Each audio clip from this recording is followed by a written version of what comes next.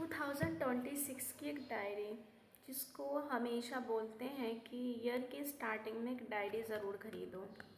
क्यों खरीदो? इसलिए खरीदो क्योंकि हम अपने विचारों को इस पर लिख पाएँ, राइट। जानकर थोड़ा सा परेशान हो गए आप सब कि मैं क्या बताने वाली हूँ डायरी को लेकर। आपको पता है डायरी के फर्स्ट पेज पर मैंने क्या लिखा? पढ़कर सुनाती हूँ, और बहुत इम्पोर्टेंट बात आज आपको बतानी है, तो सुनिएगा। आगे बढ़ना है तो फालतू लोगों की सुनना बंद कर दो, वो केवल आपके आत्मविश्वास को कम करेंगे। समझ रहे इसका मतलब क्या है? आगे बढ़ना है तो फालतू लोगों की बातों को सुनना बंद कर दो, वो केवल आपके आत्मविश्वास को कम करेंगे।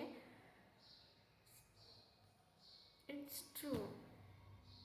So hey everyone, how are you all? I hope you are all good. मैं अपूर्वा एंड आज मैं कुछ आपके साथ कुछ बातें शेयर करना चाहती हूँ, और मैं चाहती हूँ कि आप मेरी बातों को थोड़ा सीरियस होकर सुने, क्योंकि ये एक एक्सपीरियंस है मेरी लाइफ का जो मैं आपके साथ शेयर कर रही हूँ। पता है गाइस, आज का टॉपिक क्या है? आज का टॉपिक है हमारा,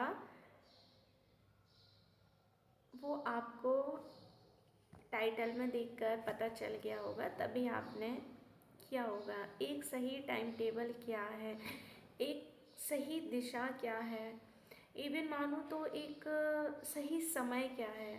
सबसे पहली चीज़, आप अपने दिल से पूछो, आप जो भी कर रहे हो आप रियल में खुश हो? आप हैप्पी हो? आपको इंटरनली हैप्पीनेस फीलिंग आ रही है कुछ भी करके? चाहे आप यूट्यूब पर पढ़ा रहे हो, या फिर आप टीचिंग करते हो, या फिर आप कोई भी जॉब करते हो, आप इंटरनली हैप्पी हो ना? और यदि आप उस काम को करने में हैप्पी हो, जस्ट वेट, सॉरी गाइस, यदि आप उस काम को करने में आपको हैप्पीनेस फीलिंग आती है, तो मुझे नहीं लगता कि वो काम गलत है। गाइस देखो, सबसे पहले यदि आपको खुशी है उस काम को करने में जिसको आप कर रहे हो, सो डेफिनेटली वो सही है। आपको क्लैरिफिकेशन की ज़रूरत नहीं है कि सामने वाला बताएगा कि हाँ तुम सही डायरेक्शन में हो और तुम सही कर रही हो, तभी वो सही माना जाएगा। आपकी सोल यदि कहती है कि आप सच में अच्छा कर रहे हो, तो उस काम को कंटिन्यू रखो। सेकंड चीज़, जो आपको खुशी दे वो करो। अब एक बात जो बहुत इम्पोर्टेंट है हम सब के लिए, वो है, एंड जो एस्पायरेंट्स हैं उनके लिए, जो बिगिनर्स हैं उनके लिए, देखो हम सब स्टडी कर रहे हैं और कहीं ना कहीं हम सब सीख ही रहे हैं, और शायद जो आता है उसको सिखा रहे हैं, राइट। सो बस यही चीज़ है कि काफ़ी सारे लोगों को आपने कहते सुना होगा, एक टाइम टेबल बनाकर पढ़ो, एक सीक्वेंस में पढ़ो, बट ऐसा नहीं हो पाता गाइस, ये हो ही नहीं पाता है। मेरे इतनी स्टडी करने का जो मुझे एक्सपीरियंस मिला वो यही है कि स्टडी को टाइम टेबल से ना स्लॉट में बांट कर पढ़ो। कैसे? देखो, हमने 4 to 6 हमने टाइम टेबल बनाया, 4 to 6 हमें स्टडी करनी है, फिर आफ्टर दैट 9 to 10 ये करना है, फिर लंच ब्रेक, आफ्टर दैट 1। सो ऐसे नहीं हो पाती, क्योंकि काफ़ी सारे टॉपिक ऐसे होते हैं जो बड़े होते हैं, और कहीं ना कहीं हमें लगता है कि हमारी ये इनकम्प्लीट रह गया इसमें, और फिर हम जब वो नहीं कर पाते ना, तो फिर हमें लगता है यार कि हम उठ ही नहीं पाए, 4 से 6 तो हमें पढ़ना था, 9 से 10 तो हमें ये करना था। तो कहीं ना कहीं क्या होता है कि हमें हमारा पूरा वो दिन ही बेकार चला जाता है। कि जब हम पहली बात तो शुरुआत हुई कि हम उठ नहीं पाए, दूसरी बात हमने जो भी टाइम टेबल बनाया उसमें यदि हमने 4 चीज़ें भी पॉइंट में लिखी ना, और हमने उसको 2 नहीं भी कर पाई, तो भी आपको कहीं ना कहीं ये चीज़ लगेगी यार मैंने ये कर नहीं पाया, मैं ये कर सकती थी। तो सबसे बेटर पता क्या होगा, स्टडी को प्रेशर लेकर नहीं पढ़ना, इंजॉय के साथ पढ़ना। इंजॉय के साथ कैसे पढ़ना है कि आज से आप स्लॉट बनाकर पढ़ेंगे। स्लॉट बनाकर कैसे? देखो, हमने मॉर्निंग स्लॉट बनाया, हमने इवनिंग बनाया, हमने आफ्टरनून बनाया, हमने नाइट बनाया। आप चाहो तो आप अपने हिसाब से बनाओ।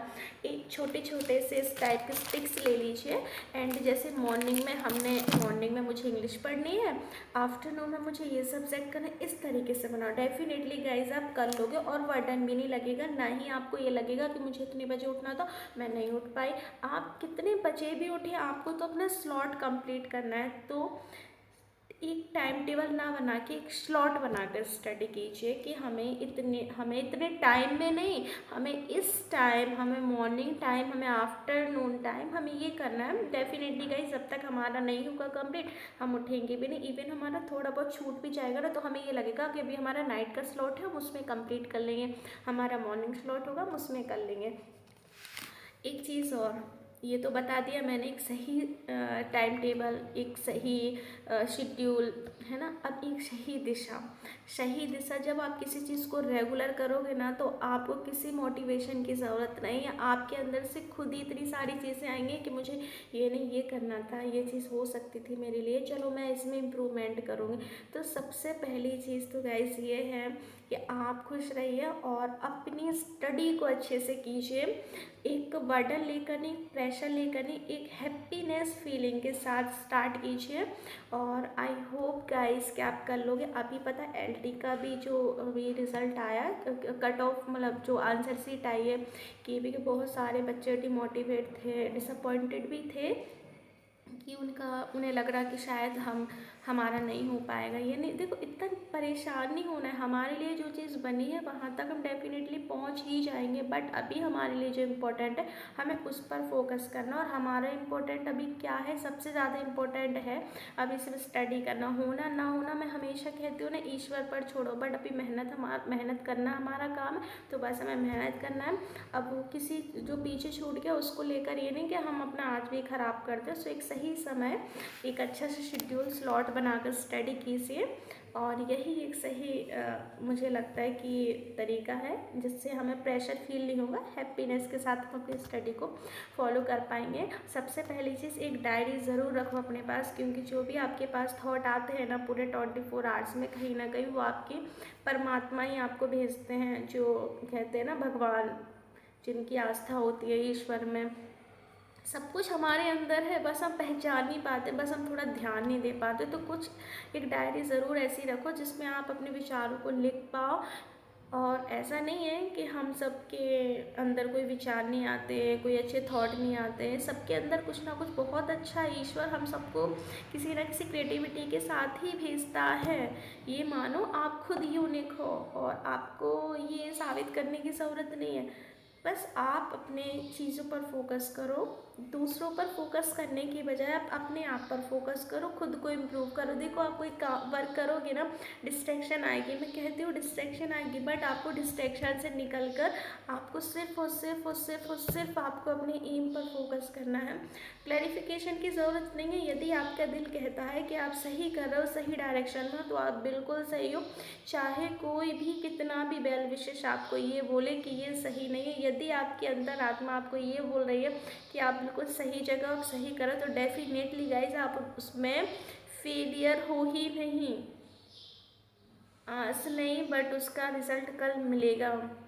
सबसे बड़ी चीज़, लोग स्विच कर देते हैं जॉब को, ये नहीं इसमें नहीं हो रहा, एसएससी नहीं हो रहा चलो बैंक देते हैं, चलो बैंक नहीं हो रहा चलो ये करते हैं। यही तो मिस्टेक है। हमारे पास लिमिटेड टाइम है, हम पूरी लाइफ टाइम पढ़ते थोड़ी ना रहेंगे। हमारे पास एक लिमिटेड टाइम है भाई पढ़ने का। और जिनकी शादी नहीं हो, मुझे लगता है कि वो काफ़ी अच्छे से अभी स्टडी कर सकते हैं अपनी, क्योंकि उनके पास सबसे बड़ी चीज़ रिस्पॉन्सिबिलिटी नहीं हो। जो हम सब मैरिड है ना, हमारे पास बहुत रिस्पॉन्सिबिलिटी है, तो हम पूरी लाइफ पढ़ते थोड़ी ना रहेंगे। हमारे पास तो लिमिटेड सोर्स है ना, तो उस लिमिटेड टाइम में हमें दूसरों की बातों को ना सुनकर अपने आप पर फोकस करना है, खुद को ग्रो करना है एंड अपनी लाइफ के बारे में सोचना है। बी पॉजिटिव रहिए, बी हैप्पी रहिए और स्टडी को अच्छे से कंटिन्यू करिए।